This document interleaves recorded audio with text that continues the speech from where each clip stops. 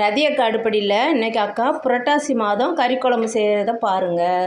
இது கறி குழம்பு டேஸ்ட்லேயே புரட்டாசி மாதத்துக்கான கறி குழம்பு. 2 கிராம்பு, கொஞ்சோண்டு பட்டை, ஒரு 2 அன்னாச்சி பூ இதழ் எடுத்துருக்குறேன். ஒரு பிரியாணி இலை போட்டுக்கலாம்.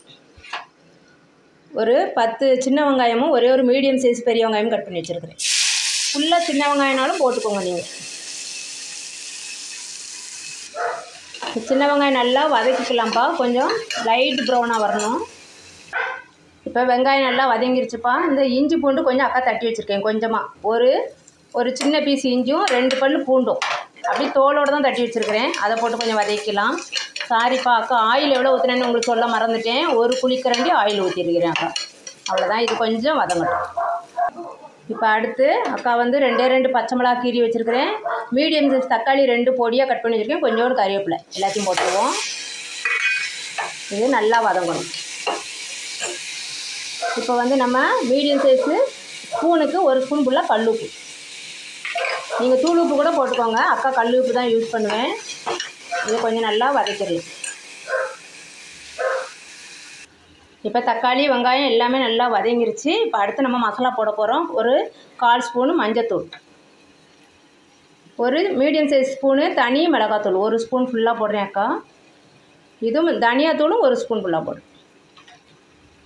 இது வந்து பெப்பர் 1/2 ஸ்பூனு, வெறும் மிளகுத்தூள். இது வந்து ஜீரகத்தூள், அது வந்து 1/4 ஸ்பூன் தான் போடுறேன். இது வந்து சோம்பு, அது வந்து ஒரு 1/4 ஸ்பூன்.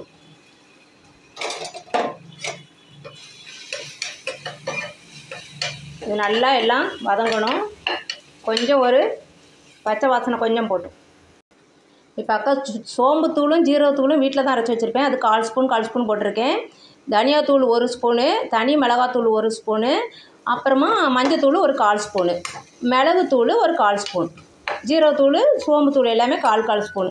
இப்போ வந்து இந்த உருளைக்கிழங்கு வந்து அக்கா ஒரு 4-5 கிழங்கு மீடியம் சைஸ் கிழங்கு வேக வச்சு கட் பண்ணி வச்சுருக்கிறேன். அதை போட்டுருவோம். இப்போ அக்கா ஒரு பத்தை தேங்காய் சொல்லு நைஸாக அரைச்சி வச்சுருக்கிறேன். அதை வெறும் தேங்காய் தான். அதை போட்டுருவோம். போட்டு இப்போ மிக்சியை கழுவி கொஞ்சம் வாட்டர் ஊற்றிக்கலாம். இப்போ அக்கா மிக்சியை அலசி ஒரு கிளாஸ் போல் வாட்டர் வச்சுருக்கிறேன்.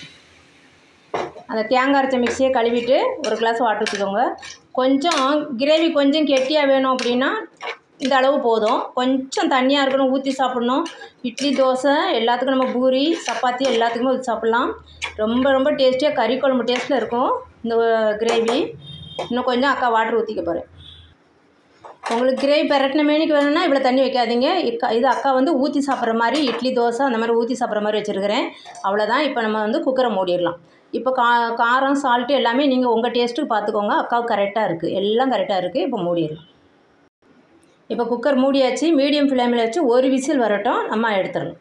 இப்போ விசில் வந்துருச்சு. அடுப்பை ஆஃப் பண்ணிடலாம். இப்போ திறந்து பார்ப்போம். இப்போ மட்டன் கிரேவி டேஸ்ட்டு, உருளைக்கிழங்கு கிரேவி ரெடி. ரொம்ப டேஸ்டியாக இருக்கும். இன்னும் கொஞ்சம் ஆயில் ஊற்றினீங்கன்னா உங்களுக்கு ரொம்ப ஆயிலாக இருக்கும். நல்லா அப்படியே எண்ணெய் மதந்து ரொம்ப கலர்ஃபுல்லாக இருக்கும். அக்கா ஆயில் கம்மியாக தான் ஊற்றிருக்கிறேன். நம்ம வந்து ஹெல்த்தியாக சமைக்கிறது தான்.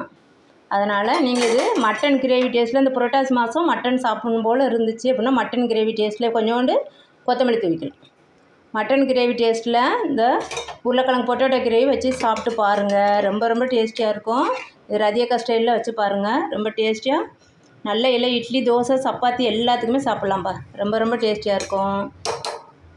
இது செஞ்சு பார்த்துட்டு அக்கா கமெண்டில் எப்படி இருக்குன்னு சொல்லுங்கள். ரதியக்கா அடுப்படிக்கு சப்ஸ்கிரைப் பண்ணுங்கள், லைக் பண்ணுங்கள், ஷேர் பண்ணுங்கள்.